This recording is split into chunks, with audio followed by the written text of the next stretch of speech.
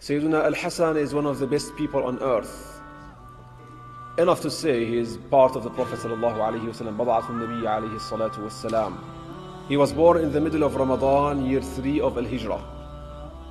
He accompanied the Prophet sallallahu alaihi wasallam and learned from him and narrated from him hadith.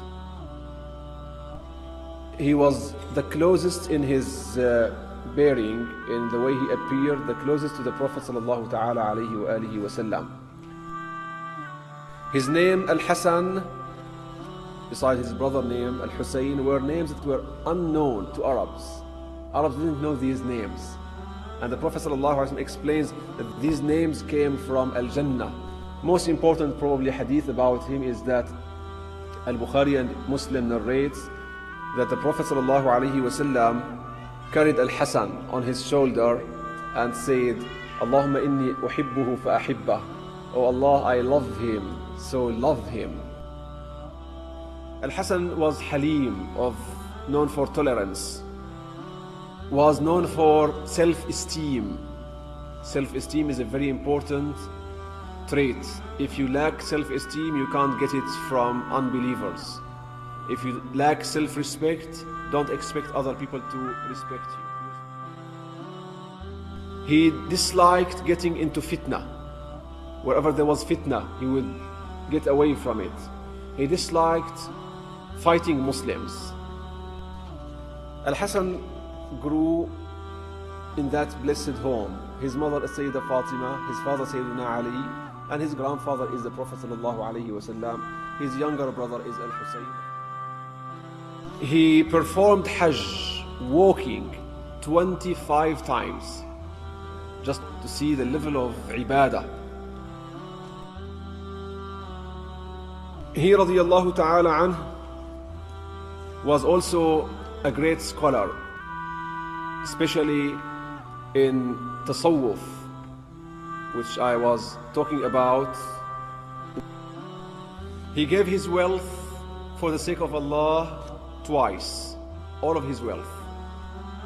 The history of Al-Khilafah Ar-Rashida, righteous or caliphate, starts with Abu Bakr as-Siddiq and ends at the end of the reign of Al-Imam Al-Hassan ibn Ali. His caliphate continued or lasted for 6 months and a little bit more. Muawiyah came from Syria to Iraq and they met, and the ceremony of handing over the caliphate took place in Iraq. Why he handed over? Because he was satisfied with Allah. He wanted to be with Allah. He didn't want the political authority, and furthermore he didn't want, apparently he didn't want Muslims to be killed for his sake. However, as long as Al-Hassan was alive, there was fear amongst the Umayyads, because he was a master of the believers. And the fear rose when Muawiyah radiyallahu ta'ala anhu died and Yazid was named as a successor. As narrated that Yazid ibn Muawiyah tempted one of his wives, Ja'da bint al-Ash'ath ibn Qais, that she put for him poison and he would marry her.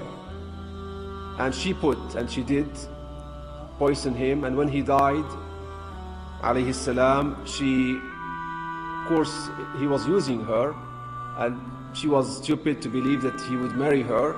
But he said, "Inna lam nardaki lil Hasan, afa nardaki li anfusina." We didn't accept you, or we weren't happy with you as a wife to Al-Hassan. Will we be happy that you would be our wife? She put poison to Al-Hassan. She would put poison to him. Who pays more? So she lost the deen and she lost the dunya. She lost Al-Hassan as a husband, the deen, and she lost the dunya. She was wishing in the dunya to be a wife of a caliph. And when he died, people came to see him, and they saw written between his eyes, "Qul huwa Allahu ahad."